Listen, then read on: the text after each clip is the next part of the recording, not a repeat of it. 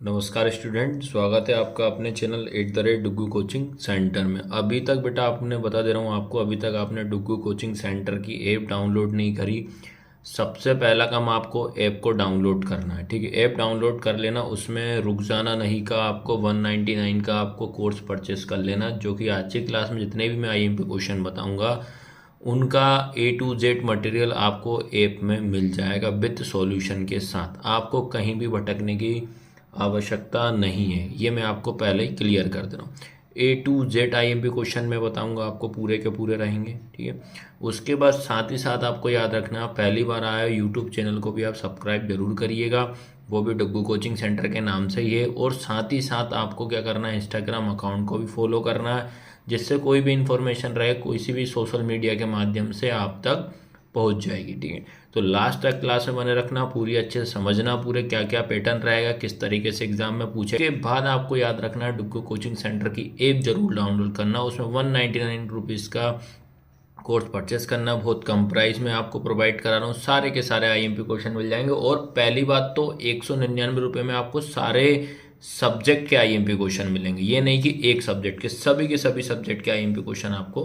पहले अपन क्या है, ग्रामर के आपको मैं क्वेश्चन दे रहा हूँ मैं भाई 10th क्लास का ही मैं बता रहा हूँ, याद रखना जितने भी बच्चे जुड़ रहे हैं 10th क्लास का ही बता रहा हूँ मैं। तो आप लोग देखिएगा, सबसे पहली चीज आपको याद रखना है, ये व्याकरण के मतलब ग्रामर के कुछ क्वेश्चन ऐसे हैं, आप लोग देख लेना, आप लोग सारे के सारे। तो देखो, सबसे पहला क्वेश्चन आपको इसमें अच्छे से पढ़ना है, पद्य साहित्य के इतिहास को कितने भागों में बांटा गया है, समय सीमा भी आपको लिखना है, ये अच्छे से पढ़िए आप लोग। उसके बाद रीति काल की दो विशेषताएं और दो कवि उनकी एक रचना याद रखना है। मैं बता देता हूं आपको, आप सभी कवियों की आप रचना पढ़ के जाइएगा बेटा।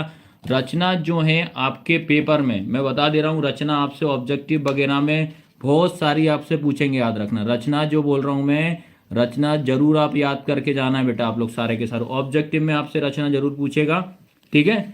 आया सभी को समझ में कि रीतिकाल की दो विशेषताएं, दो कवि उनके एक रचना, उसके बाद प्रगति बात की दो विशेषताएं, दो कवि उनकी एक रचना है। मैं कमेंट पे बिल्कुल भी ध्यान नहीं दूंगा, आप सारे के सारे पेपर पे फोकस रखो, ये चीज ध्यान रखना है ना। ये मत बोलना कि आप आंसर नहीं दे रहा है, तो मैं फटाफट कराऊंगा, क्योंकि आपको कुछ क्वेश्चन बचता है तो भाई आप रिवीजन भी तो कर सकते हो। तो ये क्वेश्चन यहाँ, इसके बाद आता है प्रगतिवाद की दो विशेषताएं, दो कवि उनकी एक एक रचना है। रचना है विशेष तौर पर पढ़ के जाना, ऑब्जेक्टिव के हिसाब से ओनली आपसे एग्जाम में पूछेगा कि प्रगतिवाद की मात्र दो विशेषताएं, ये पक्का आना ही आना क्वेश्चन है। उसके बाद एक प्रयोगवाद की दो विशेषताएं, दो कवि उनकी रचना। तो ये तीन क्वेश्चन आप अच्छे से पढ़ना है, दो सेट में आपको मैं बताऊंगा, आज याद रखना। उसके बाद आता है तुम्हारा काव्यबोध से ले लीजिए, महाकाव्य एवं खंडकाव्य में कोई दो अंतर लिखते हुए एक एक महाकाव्य और खंडकाव्य का नाम व रचना लिखना, ये आपके ऑब्जेक्टिव में जरूर आएगा ही आएगा।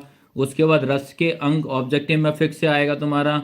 उसके बाद आएगा तुम्हारा श्रृंगार करुण वीर हास्य रस की परिभाषा उदाहरण सहित लिखिए, ये वाला क्वेश्चन आपका 2 मार्क्स में जरूर आना है।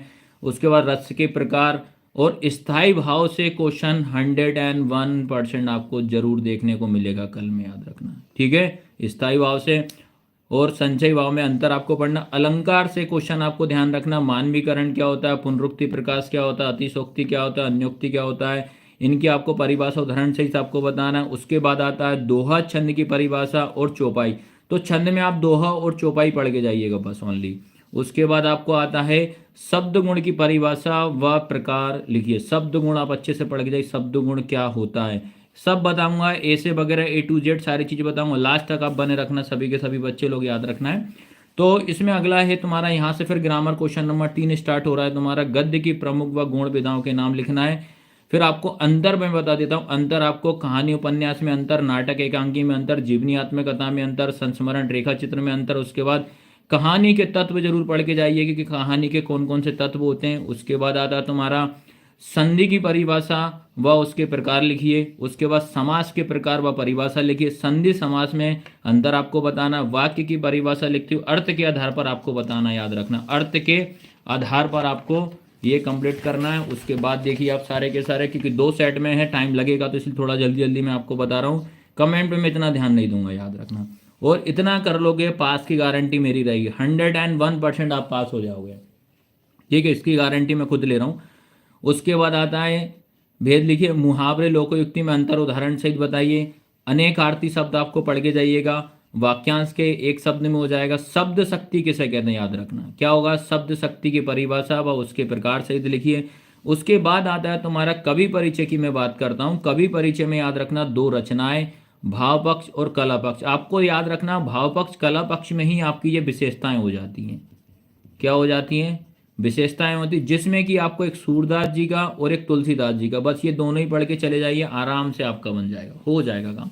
ठीक है, सूरदास और तुलसीदास जी का पढ़ के चले जाइए, हो जाएगा। और जयशंकर प्रसाद की रचना पढ़ लेना, आंसू जना लहर, और हो जाएगा काम, कोई टेंशन नहीं आपको, ये पक्का आना ही आना है। उसके बाद लेखक परिचय बात करता हूं मैं, आप एक स्वयं प्रकाश, एक राम वृक्ष बेनीपुरी, मनु भंडारी की ओनली आप रचना पढ़ के जाइए, हो जाएगा काम। ठीक है, ये बता दिए मैंने आपको। जीवन परिचय में आपको ये होगा कंप्लीट। उसके बाद याद रखना है, जैसे कि अगर बात करते हैं कवि परिचय की, जैसे ईयर की अगर मैं बात करता हूं 2022 की अगर बात करूं आपसे, तुलसीदास जी और जयशंकर प्रसाद आया था।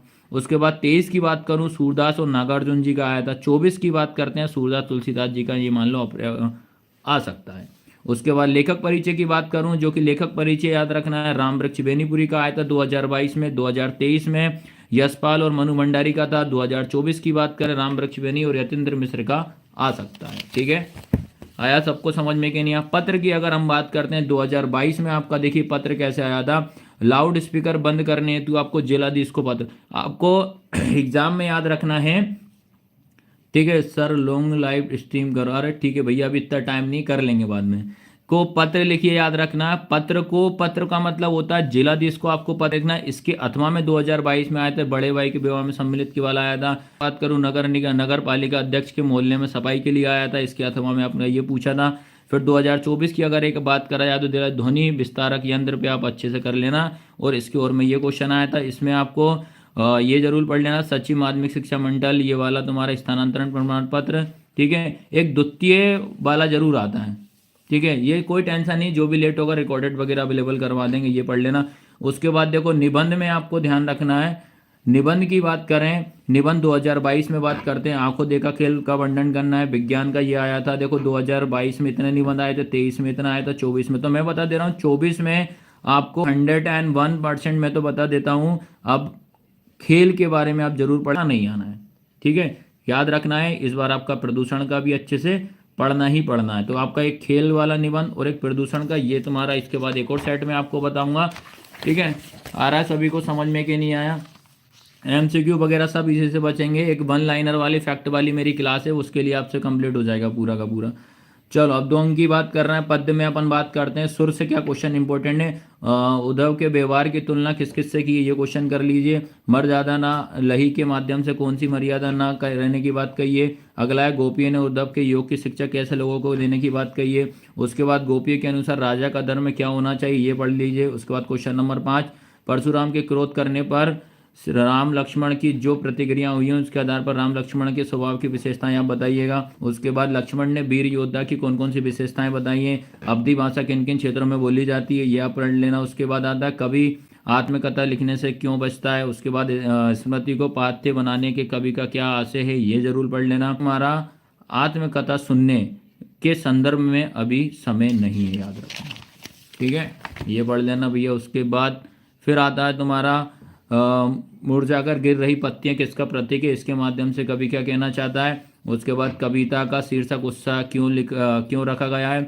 कविता उत्साह में बादल किन किन अर्थों की ओर संकेत करते हैं। उसके बाद कवि निराला की आंख फागुन की सुंदरता से क्यों नहीं हट रही है। फागुन में ऐसा क्या होता है जो कि बाकी ऋतुओं में भिन्न होता है। होली के आसपास प्रकृति में जो परिवर्तन दिखाई देते हैं उन्हें लिखिए। हाँ ठीक है भैया, अभी मैं ध्यान बिल्कुल नहीं दे रहा हूँ भाई कमेंट पे, ये सही हिंदी का रखा है, सारे के सारे पेपर में जरूर अवेलेबल करवाऊंगा, ये चीज़ ध्यान रखना।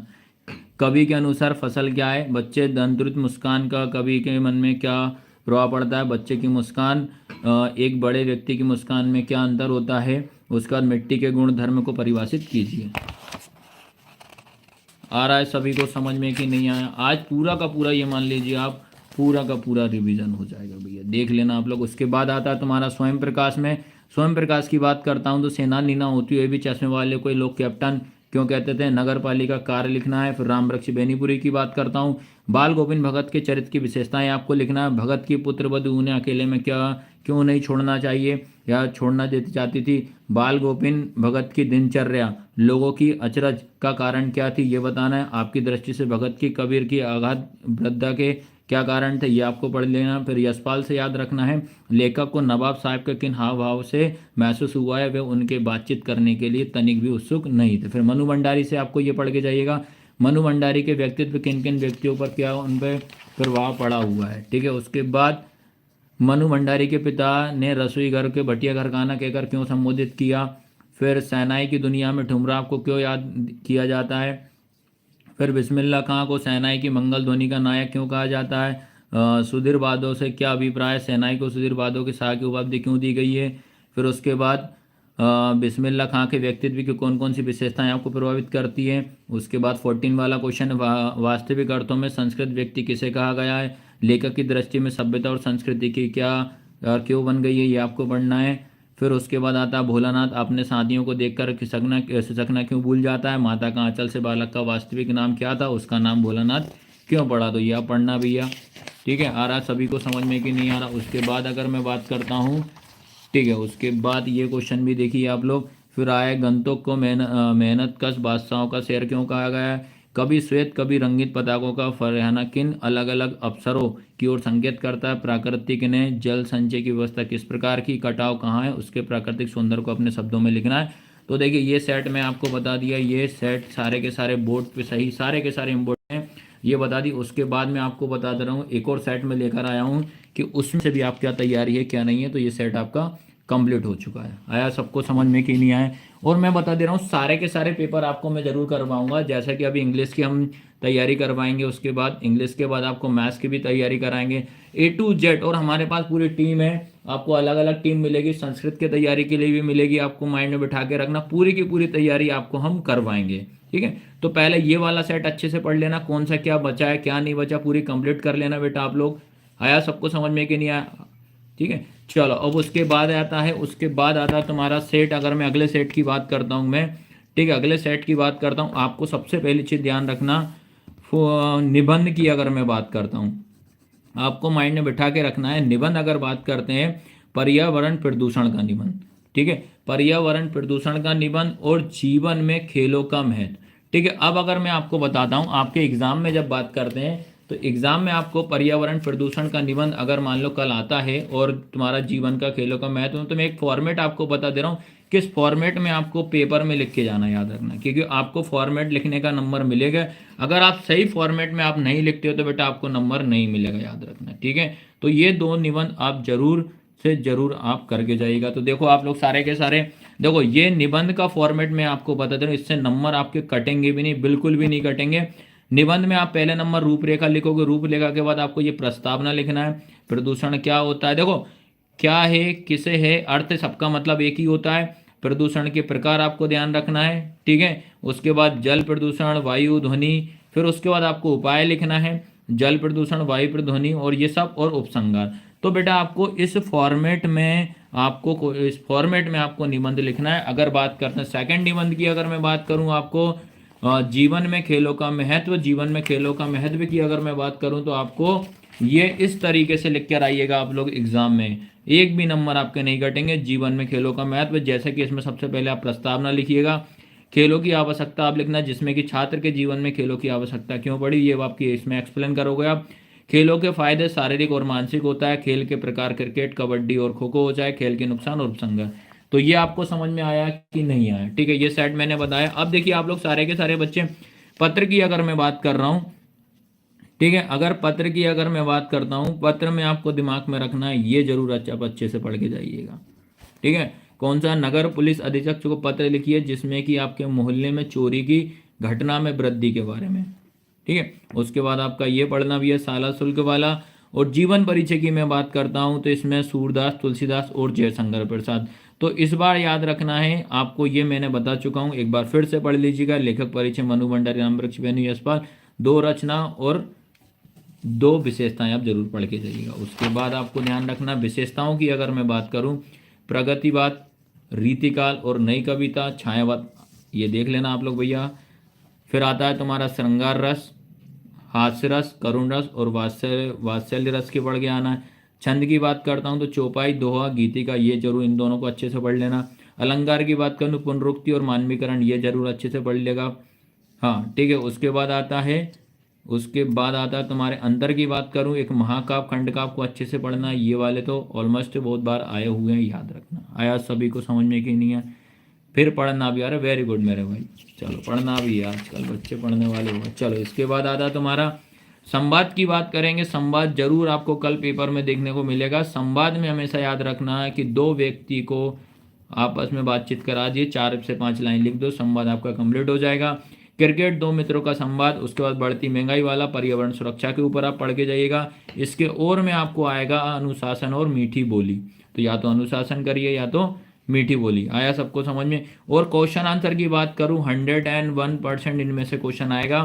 पद में से क्वेश्चन आना है, राम लक्ष्मण परशुराम संवाद में से आना, आत्मकथ्य से आना, संगतकार से आना है। नेताजी के चश्मा की बात करूं, इसमें आएगा, ये ध्यान रखना है। और मनु भंडारी और संस्कृति, इनसे क्वेश्चन आपका फिक्स एंड 101% आएगा।